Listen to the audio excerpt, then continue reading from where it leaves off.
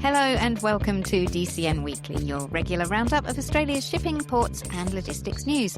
This episode covers the week ending the 21st of November 2025. I'm Lindsey Reed, publisher at DCN, and I'm joined by DCN journalist again this week, David Sexton. Welcome, David. Thanks, Lindsay, and hello, everyone. Well, top of our minds and top of the most read this week were the DCN Awards, which happened last night. It was a really good night, wasn't it, David? Yes, it was a fantastic night. We had some really good presentations, a really good MC, a really good presentation or a speech by our Hall of Fame winner, Ravi Nagier, and some really highly contested and quality awards. So it was a really good night. Yeah, it was great fun. It was such a good vibe in the room, and there were some amazing stories as well. That's always one of the highlights, is listening to the stories that people tell when they're up there on stage, and listening to the likes of Michael Kelly, who's so passionate about seafarer welfare, and that simple initiative that he brought in with the preloaded Opal cards, and then listening as well to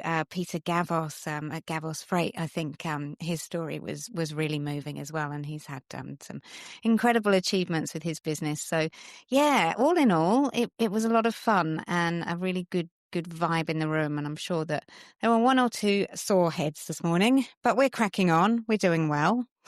That's right. No rest for the wicked, for sure. Absolutely. Well, we will have all of the coverage, the full list of winners. Well, the full list of winners is on the website as I speak, but we're also publishing a full wrap up in the next week or so with all the photos, interviews, and the video footage from the event. So keep an eye out for that.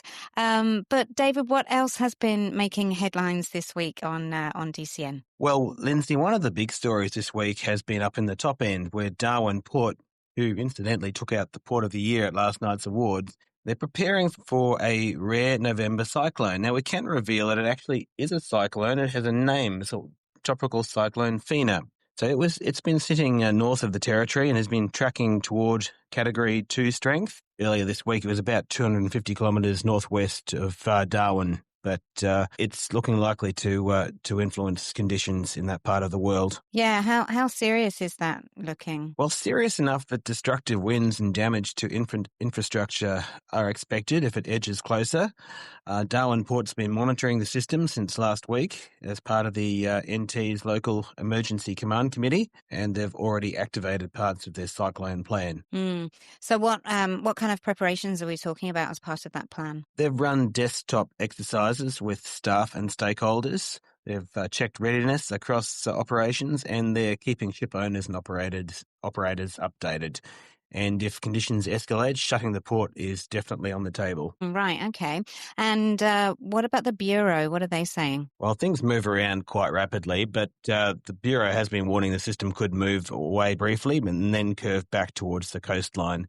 So Darwin is still in the 7-day risk zone. Mm-hmm. Okay.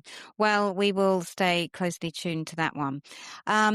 Now, in a next story that's featured on our most read this week, CMA CGM have reported a slow Q3, and this is pretty much in line with what all the other big lines have been seeing. Is that right? Yes, very much so. CMA CGM's third quarter was pretty bleak year on year, although they're pointing out it's at least better than Q2. And revenue was down about 11% to just over $14 billion, and EBITDA fell more than 40%. Net income took the biggest hit, which was down more than 70%. Wow, 70%. What's driving that? Well, they're saying it's largely due to the geopolitical backdrop, if I got that right. So ongoing trade tensions, especially between the US and some of its major partners, and then, of course, all the operational headaches from the Red Sea, Gulf of Aden. Basically, global trade's been stop-start all year. Yeah, but they did say that volumes at least were up, yeah? They did. They moved 6.2 million TEU in Q3, which is up a couple of percent year on year and quarter on quarter. And they're framing that as proof they can redeploy assets quickly to wherever demand pops up, particularly with the east-west trades being reshaped. Okay, and what about the logistics side of things? Yeah, much softer impact there. Still down, but nowhere near as steep as the shipping side. Automotive Weakness in Europe and a volatile freight environment market dragged results a bit, but logistics remains relatively stable. Okay, so overall it's been a tough quarter, but better than Q2, and they're staying cautious. Exactly. Cautious but agile, I think, is the vibe they're pushing. Okay. Well, over to Melbourne now. The state government's new nighttime and weekend truck bans in the inner west have stirred things up a bit.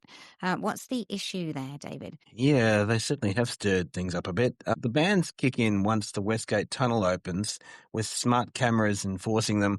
The operators say they're being unfairly blamed and that key freight routes should have been upgraded years ago, and some 2021 recommendations are still sitting on the shelf, whereas trucking operators are expected to pay. Right, so costs are going up. That's the warning. Longer detours, more congestion. Operators say customers will feel it. One local company said the same residents pushing for curfews will end up paying more at the checkout. Right, is there some support though? Yeah, the Victorian Transport Association says the bans will improve amenity and the tunnel should make movements more reliable, but they have still argued that there does need to be more government investment in the right roads. Yeah, okay.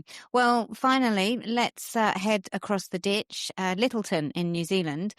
David, truck bans there are really starting to bite. Yeah, we're all talking trucks today, apparently. Yes, Yeah. Lindsay. So new restrictions on trucks in the port area have begun, aiming to improve safety and reduce congestion in the town. But it's already causing headaches. Sounds familiar for freight operators who say delays are mounting and costs are increasing. Yep, costs creeping up again. Hey, is the port doing anything to help? Yeah, they're working with operators to adjust schedules and reroute traffic where possible, but businesses warn it's a tricky balancing act, keeping the town livable while moving containers efficiently. Yeah, well, it's a classic tension between residents and logistics there. Exactly. The question now is how quickly the port and trucking companies can adapt without disrupting supply chains. Yeah.